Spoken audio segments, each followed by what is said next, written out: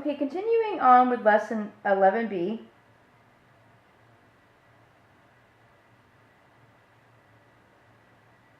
is going to be part 2.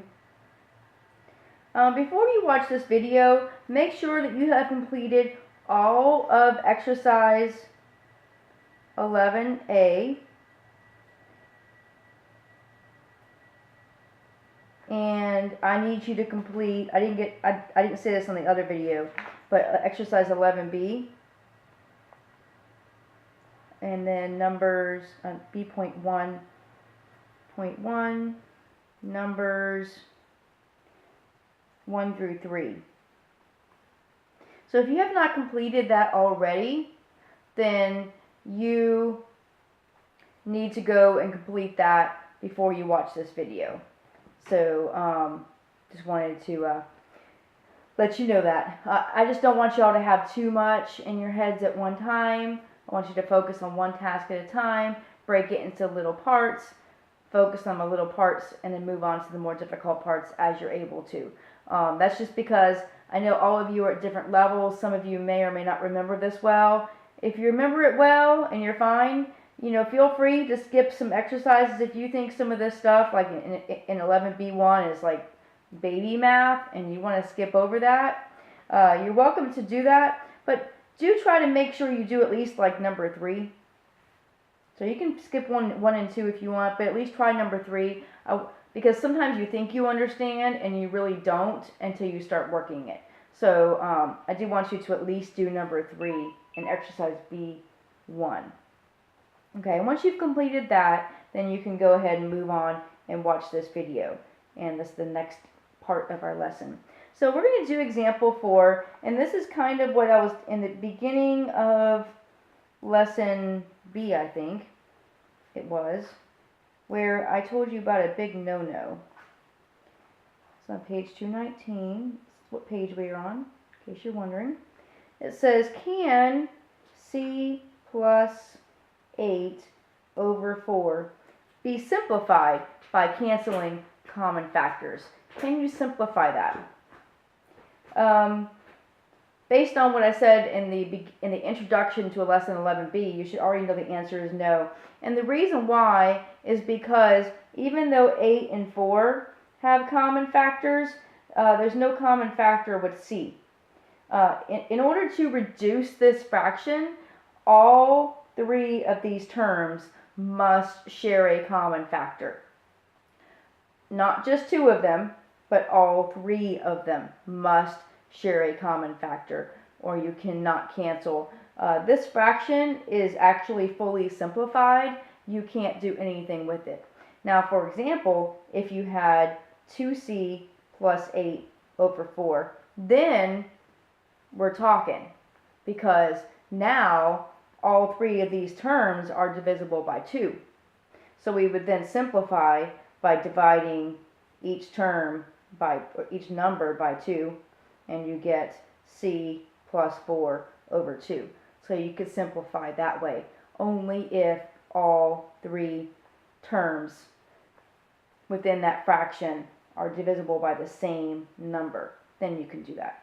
But since C is not divisible by any factor of 8 and 4, we can't do anything with that. So this is fully simplified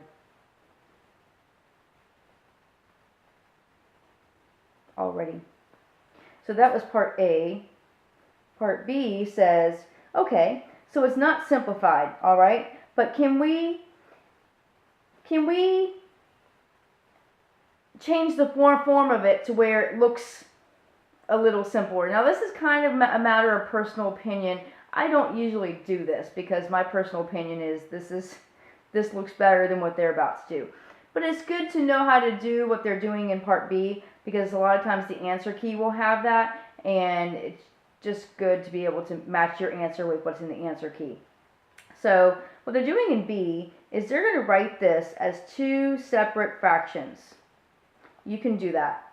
It's kind of like the opposite, like if you had like x over 3 plus y over 3, and you wanted to write that as x plus y over 3. That's the same thing, you're just going backwards. So you're splitting up the fraction. So rather than going this way, you're going this way. You're splitting it back up. And that's all we're doing to go from here to here. That's all we're doing. Now, where you go from there is, it winds up being c over 4 plus 2. And a lot of times, this will not be in the back of the book. Like, let's say you have some problem and you simplified it and this was your answer. A lot of times, not always, it's kind of a matter of personal opinion. Sometimes you'll see this in the back of the book and sometimes you'll see this form of it.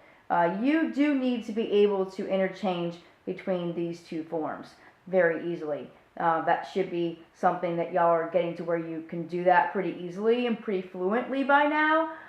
So I would recommend that you go ahead and do numbers 4 and 5.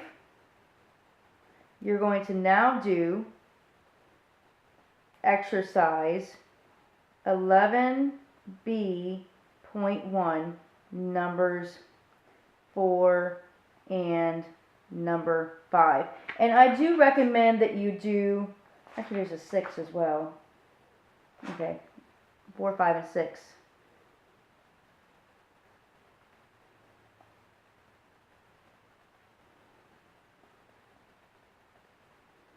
And I really do want you to try to do all of those. You're kind of getting to the point in this course where you need to be doing as many exercises as possible. This is something that's, I think you've seen this before, but it's kind of new to you guys, this concept in this example that we just did. I'm sure you've seen it before. I'm certain of that. But it's not going to be as familiar to you as other things. So it might be worth your time to go ahead and do all of 4 through 6, depending on, you know, how much time you have and all that, so that may be a factor as well. But I would like for you to do all of those. And they shouldn't take too long. These are pretty simple. At the most, really, this should take you 15 to 30 minutes at the most. So anyway, once you finish 4 through 6, then you can go ahead and move on. You can go ahead and just pause this lesson and go back to it. Go ahead and press pause.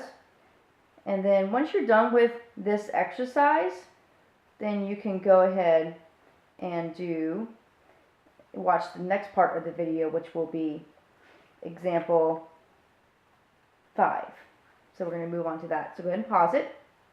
When you're done, come back. When you're done with that exercise, come back. Okay, so by now you should have completed, if you're watching this part, you should have completed this exercise right here and checked your answers. If you're having a lot of trouble with that, you can ask me by email, ask someone else in class. I'm sure there's someone in class that can help you with this. Or you can send me an email to ask me a question. If I'm on Skype, you can certainly do that as well.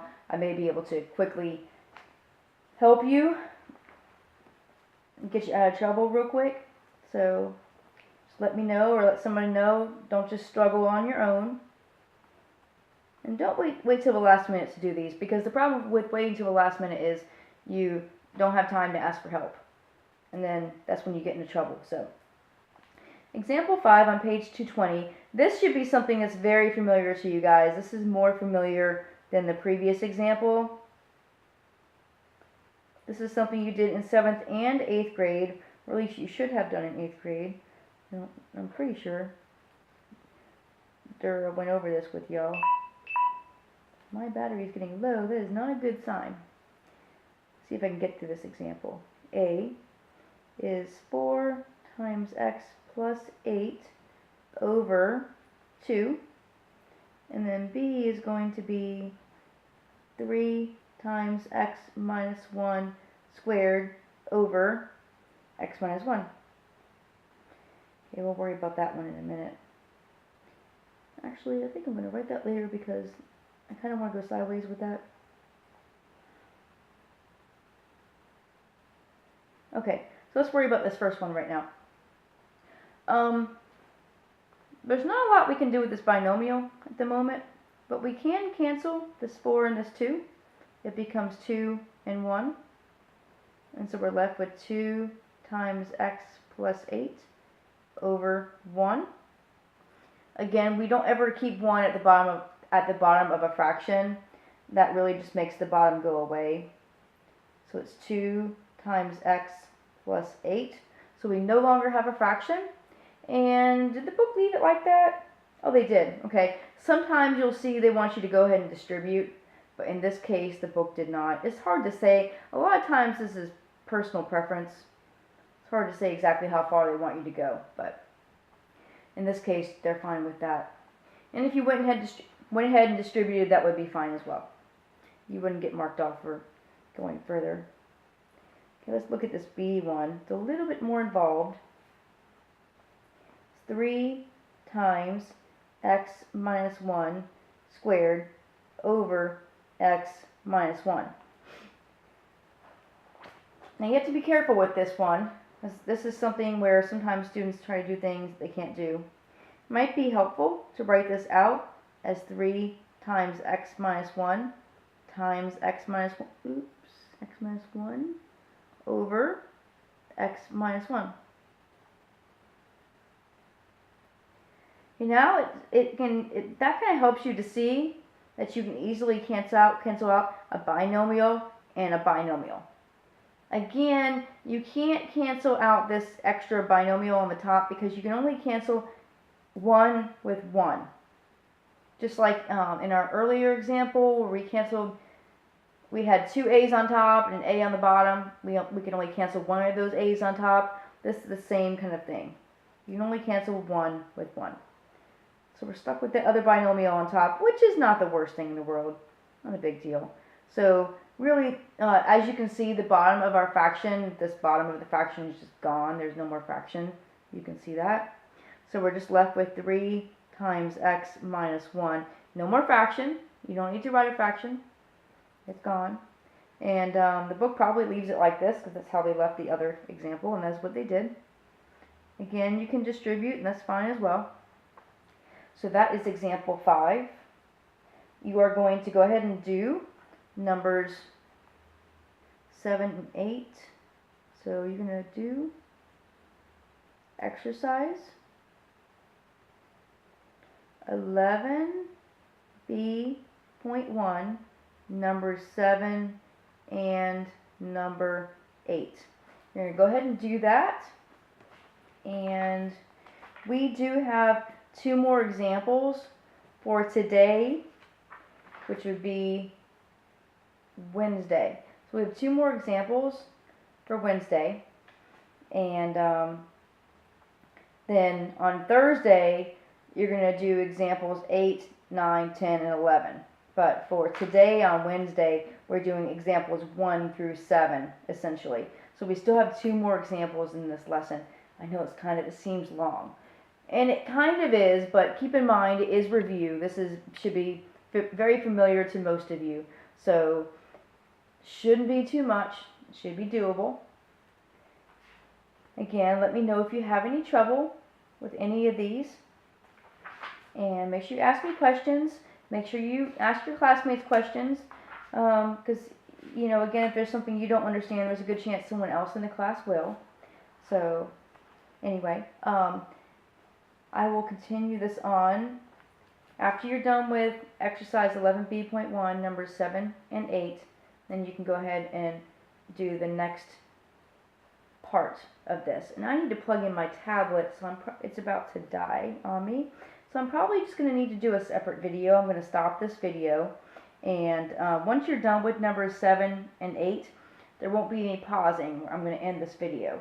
After you're finished with number 7 and 8, go ahead and watch the next video in the queue, and that will be examples 6 and 7. So, alright, I'll see you then.